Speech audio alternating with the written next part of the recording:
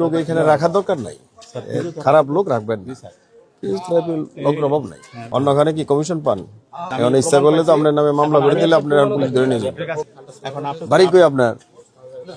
টাঙ্গাইল থেকে এখানে কত বছর ধরে ডিউটি করেন?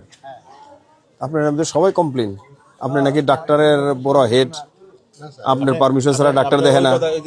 বলেন এই লোকই কি বলছেন আপনি? আমার ওয়াইফ গেছে ওনাকে টিকিট কাটতে, উনি ইমার্জেন্সিতে বসা, সাথে একজন মহিলা ডাক্তার বসা। ওনাকে উনি বলতেছে কি সমস্যা, বলে আমার গাইনের সমস্যা, আমি মহিলা ডাক্তারকে বলবো। উনি বলতেছে যে আমাকে না বললে আপনাকে এখানে কোনো ডাক্তার দেখবে না, এবং আমার ওয়াইফ রিটার্ন করতেছে। তারপর আমি বললাম কি সমস্যা, বলে যে উনি নাকি দেখবে না। পরে যখন আমি পরিচয় দিলাম তখন উনি খুব নার্ভাস হয়ে গেছে। নার্ভাস হয়ে যাওয়ার পরে আমি যখন মহিলা ডাক্তারকে আমার পরিচয় দিছি তখন উনি দেখছে, তাও ওই রুমে গিয়ে। এবং ওনাকে আমি কিছুদিন আগেও প্রশ্ন করছি, উনি একজন ঊর্ধ্বতন সাংবাদিককে ফোন দিছে যখন আমি ওনাকে ক্যামেরার সামনে আনছি।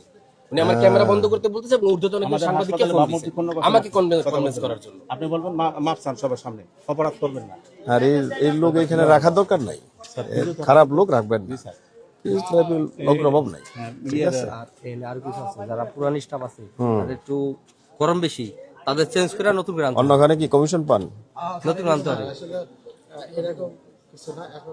লোক মিথ্যা কথা বলতেছে, বলছে আপনি বার্গেনিং এ যাবেন না, আপনি অপরাধ করছেন। এখন ইচ্ছা করলে তো আপনার নামে মামলা করে দিলে আপনার পুলিশ ধরে নিয়ে যাবে। কাছে রোগী আসে চিকিৎসার জন্য, তাহলে আপনি এমন ব্যবহার করেন কেন? তাহলে রোগীরা কিভাবে আসবে?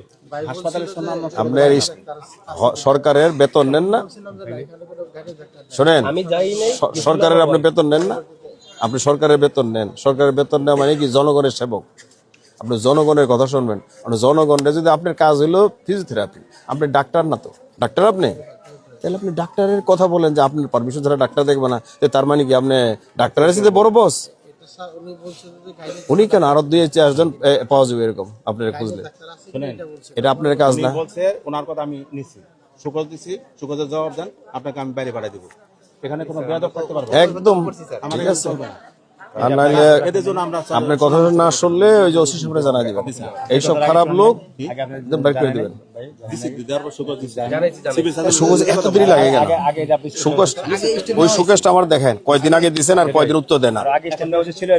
ওই কপিটা নিয়ে আসেন দেখি, উত্তর দিয়ে দিব। আর নাইলে এটার কি পানিশমেন্ট নেওয়া যায় একদম।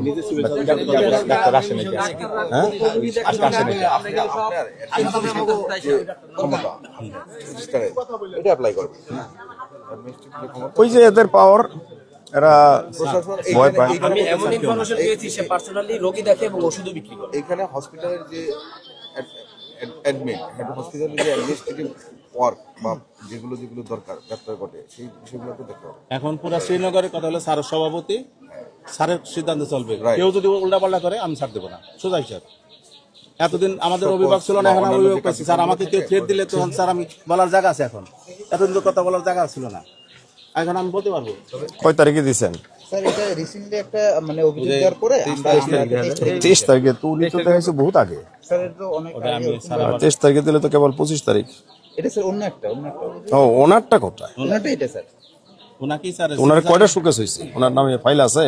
স্যার ফাইল আছে, তো ফাইল ডানেন দি কয়টা উনি সুকেস খাইছে? আমরা একটা ফাইল একটা দিছি, সিভিল সার্জন সাথে কথা বলছি যে ফিজিওথেরাপিস্ট তো বিভিন্ন উপজেলায় নাই। এখন আমাদের একটা যদি আমরা এটা ওদের সংশোধন করে রাখতে পারি তাহলে এটা আমাদের জন্য ভালো। যদি সংশোধন না হয় তাহলে আমরা আউট করে দিব। খারাপ লোক রাখবেন না, না থাকুন ভালো, ঠিক আছে? লাগলে হায়ার করে বাইরে থেকে লোক নেবেন, তাও ভালো। খারাপ লোক রাখা যাবে না।